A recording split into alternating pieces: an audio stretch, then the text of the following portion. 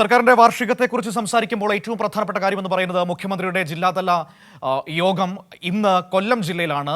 വിവിധ മേഖലകളിൽ നിന്നുള്ളവരുമായി മുഖ്യമന്ത്രി സംവദിക്കുമെന്നതാണ് കൊല്ലത്തു നിന്നുള്ള ഏറ്റവും പ്രധാനപ്പെട്ട കാര്യം. ഏതായാലും ഇപ്പോൾ രാജ്കുമാർ കൂടി നമ്മളോടൊപ്പം ചേരുകയാണ് കൊല്ലത്ത് നിന്ന് സമഗ്ര വിവരങ്ങൾ പങ്കുവയ്ക്കാനായി. Rajkumar, good morning. ഇന്നത്തെ ഏറ്റവും പ്രധാനപ്പെട്ട കാര്യം, മുഖ്യമന്ത്രി കൊല്ലത്തേക്ക് എത്തുന്നു. സമൂഹത്തിന്റെ വിവിധ മേഖലകളിലുള്ളവരോട് സംവദിച്ച് അവരുടെ അഭിപ്രായങ്ങൾ കേട്ട് നമുക്ക് നമ്മുടെ സംസ്ഥാനത്തിന്റെ വികസനത്തിൽ അവരുടെ അഭിപ്രായങ്ങളെ കൂടി കൂട്ടിച്ചേർക്കുന്നു എന്നതാണ് വലിയൊരു കാഴ്ചപ്പാടാണ് നമുക്ക് കാണാൻ കഴിയുന്നത്. എല്ലാ ജില്ലകളിലും അത് തുടർന്ന് വരികയാണ്. ഇന്ന് കൊല്ലത്തേക്ക് എത്തുകയാണ്. ഒരുക്കങ്ങൾ എങ്ങനെയാണ്?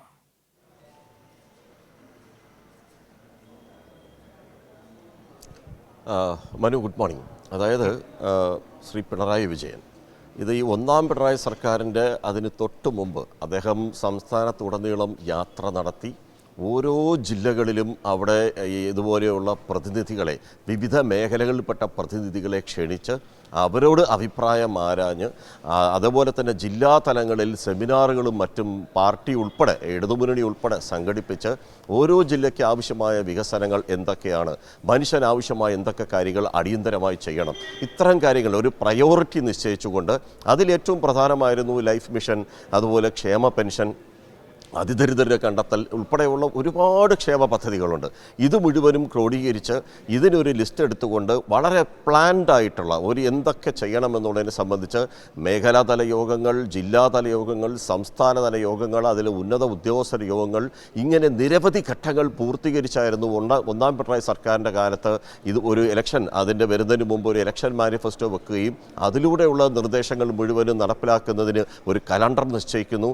100 ദിന കർമ്മ പരിപാടികൾ സംബന്ധിച്ചിട്ടുള്ള നിരവധി പ്ലാനുകൾ തയ്യാറാക്കുന്നു. അങ്ങനെ ഓരോ പദ്ധതികളും ദിവസങ്ങൾ നിശ്ചയിച്ചുകൊണ്ട് അതിന് നിരന്തരമായ സ്ക്രീനിങ്ങുകൾ നടത്തി അതിൻ്റെ പുരോഗതി വിലയിരുത്തി അത് ഒന്നൊന്നായി പൂർത്തീകരിക്കുന്നു എന്ന് മാത്രമല്ല, ഇതിൽ ഇലക്ഷൻ മാനിഫെസ്റ്റോയിൽ പറയാത്ത നിരവധി പദ്ധതികൾ കൂടി പിന്നീട് ഈ ഗവൺമെൻറ് ഇടതുമുന്നണിയുടെ നിശ്ചയപ്രകാരം ഇത് കൊണ്ടുവന്നു. അങ്ങനെ പല ഘട്ടങ്ങളിലൂടെ കടന്നിട്ടാണ് ഇപ്പോൾ ഞാൻ നേരത്തെ സൂചിപ്പിച്ചതുപോലെ ഇപ്പോൾ ഇത് പിണറായി വിജയൻ സർക്കാരിൻ്റെ ഇടത് സർക്കാരിൻ്റെ ഇത് ഏറ്റവും ഒടുവിൽ ഇപ്പോൾ ഈ രണ്ടാം പിണറായി സർക്കാരിൻ്റെ 4ാം മന്ത്രിസഭയുടെ വാർഷിക ആഘോഷത്തിൻ്റെ ഭാഗമായിട്ടുള്ള ഈ ജില്ലാതല യോഗം മറ്റ് ജില്ലകളിൽ നടക്കുന്ന പോലെ ഇവിടെയും നടക്കുന്നത്. ഇപ്പോൾ കൊല്ലം ജില്ലയെ എടുത്തു പറയുവാണെങ്കിൽ ഇവിടെ ധനമന്ത്രി കൂടി നേതൃത്വം നൽകുന്ന ഒരു ജില്ലയാണ്. അത് സ്വാഭാവികമായും അദ്ദേഹത്തിൻ്റെ എപ്പോഴും അത് വളരെയേറെ ഈസിയായിട്ട് ഇവിടെയുള്ള ജനപ്രതിനിധികൾക്ക് അദ്ദേഹവുമായി നിരന്തരം ബന്ധപ്പെടുന്നതിനും അത് താഴെ തട്ട് മുതൽ നിരന്തരമായ ഒരു ബന്ധം എല്ലാവർക്കുമുണ്ട്. പഞ്ചായത്ത് മെമ്പർമാർക്ക് വരെ ഏത് സമയത്തും ധനമന്ത്രിയെ കാണാനും സംസാരിക്കാനുമുള്ള ഒരു ബന്ധമുണ്ട്. അതുകൊണ്ട് തന്നെ ജില്ലയുടെ സമഗ്ര വികസനം അത് നടപ്പിലാക്കുന്നതിനുള്ള പദ്ധതികൾക്ക് ഇതേപോലെ തന്നെ ഒരു മുഖ്യമന്ത്രിയുടെ ഈ കീഴിൽ വരുന്ന മുഴുവനും മന്ത്രിമാർ ആ മുഖ്യമന്ത്രി തന്നെ പിന്തുടർന്നുകൊണ്ട് സമാനമായ രീതിയിലുള്ള സ്ക്രീനിങ്ങുകൾ നടത്തിയാണ് ഇപ്പോൾ ഈ വികസനങ്ങൾ നടപ്പിലാക്കുന്നത്. ഇപ്പോൾ ഏറ്റവും ഒടുവിൽ ഇപ്പോൾ 10ാം വാർഷികത്തിലേക്ക് കൂടി കടക്കുകയാണ് രണ്ടാം പിണറായി സർക്കാർ, അല്ലെങ്കിൽ ആ തുടർച്ചയായിട്ടുള്ള ഭരണം. സ്വാഭാവികമായും ഇനി അടുത്ത ഒരു ഭരണം വരുമെന്ന് പൊതുജനങ്ങൾ പറഞ്ഞു തുടങ്ങി, സമൂഹം മുഴുവനും ചർച്ച ചെയ്തു തുടങ്ങി. അപ്പോൾ ഇനിയും മുന്നോട്ടുള്ള പോക്ക് എവിടെയെങ്കിലും പാകപ്പിഴകുകളുണ്ടോ, എന്തെങ്കിലും വിട്ടുപോയിട്ടുണ്ടോ, ഇനി എന്താണ് നമ്മൾ ഇനി അങ്ങോട്ട് ചെയ്യേണ്ടത്? ഇപ്പോൾ തന്നെ അടുത്ത ഒരു 25-3 പതിറ്റാണ്ടിന് ശേഷം നടക്കേണ്ട വികസനങ്ങൾ സാധാരണഗതിയിൽ കേരളത്തിൻ്റെ അല്ലെങ്കിൽ രാജ്യത്ത് എവിടെ പോയാലും 10-30 വർഷങ്ങൾക്ക് ശേഷം നടക്കുന്ന വികസന പദ്ധതികൾ മുഴുവനും ഈ കഴിഞ്ഞ 9 കൊല്ലം കൊണ്ട് നടപ്പിലാക്കാൻ കഴിഞ്ഞെന്ന് പറഞ്ഞത് റെക്കോർഡ് വേഗതയിലാണ്.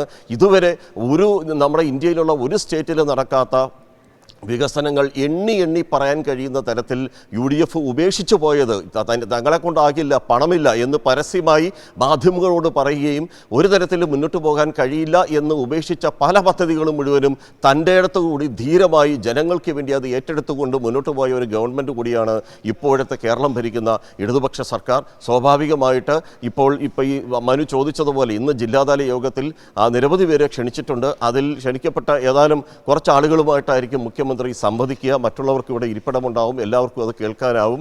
അവർ പറയുന്നത് എന്താണ്, വിവിധ മേഖലയിൽ നിന്നവർ എന്തൊക്കെയാണ് ഇനി അവരുടെ ആവശ്യങ്ങൾ, അത് മുഴുവനും വെറുതെ കേട്ടുപോവുക എന്നുള്ളതല്ല. അതിൽ നിന്നുള്ള പ്രധാന ഭാഗങ്ങൾ, പോസിറ്റീവായ കാര്യങ്ങൾ, ചെയ്യാൻ കഴിയുന്നത്, പ്രായോഗികമായവ ഇനി നടപ്പിലാക്കാൻ കഴിയില്ല എന്നൊരു അജണ്ട ഒരിക്കലും ഈ സർക്കാരിൻ്റെ മുന്നിലില്ല. നടപ്പാക്കാൻ കഴിയില്ല എന്ന് പറഞ്ഞ പലതും ഈ ഗവൺമെൻറ് നടപ്പാക്കി കാണിച്ചു കൊടുത്തു എന്ന് പറയുന്നത് അഭിമാനത്തോടു കൂടി നാം പറയാൻ കഴിയുന്നതാണ്. അതുകൊണ്ട് തന്നെ ഇനി ചെയ്യാനുള്ളത് എന്തൊക്കെയാണെന്നുള്ളതാണ് വീണ്ടും ഇതൊരു അവലോകനവുമായി മുഖ്യമന്ത്രി ജില്ലാ തലങ്ങളിൽ ഇറങ്ങുന്നതും ഇന്ന് ഈ ചർച്ച നടത്തുന്നതും. ഇപ്പോൾ ഈ രാവിലെ 10-10:30 മുഖ്യമന്ത്രി ഇവിടെ എത്തും.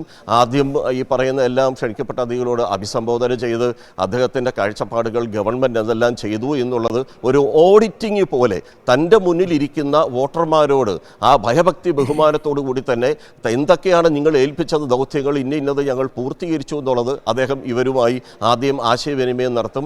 അതിനുശേഷമായിരിക്കും അവരിൽ നിന്നുള്ള ഇനി എന്തെങ്കിലും അപാകതകൾ സംഭവിച്ചിട്ടുണ്ടോ, ഇനി എന്തെങ്കിലും ചെയ്യാനുണ്ടോ തുടങ്ങിയ കാര്യങ്ങളെ സംബന്ധിച്ച് അദ്ദേഹം തിരിച്ച് ഇവരിൽ നിന്നുള്ള അഭിപ്രായങ്ങൾ തേടുക. പിന്നീട് ഉച്ചവരെ ഇത് നീളും. വൈകിട്ടാണ് ഇന്ന് ഇടതുമുന്നണിയുടെ ഇതിൻ്റെ വാർഷികത്തിൻ്റെ ഭാഗമായിട്ടുള്ള ജില്ലാ റാലി നടക്കുക. അത് ചരിത്രപ്രസിദ്ധമായിട്ടുള്ള കല്ലമാല സമരം ഉൾപ്പെടെ നടന്ന കന്റോൺമെൻറ്റ് മൈതാനത്ത് വെച്ചാണ് LDF ഈ റാലി സംഘടിപ്പിക്കുന്നു എന്നുള്ളതും മറ്റൊരു ചരിത്രമാണ്. മനു. ശരി, ഓക്കെ, താങ്ക് യു രാജ്കുമാറാണ് ഈ സമഗ്രമായ വിവരങ്ങൾ നമുക്ക് നൽകിയത്.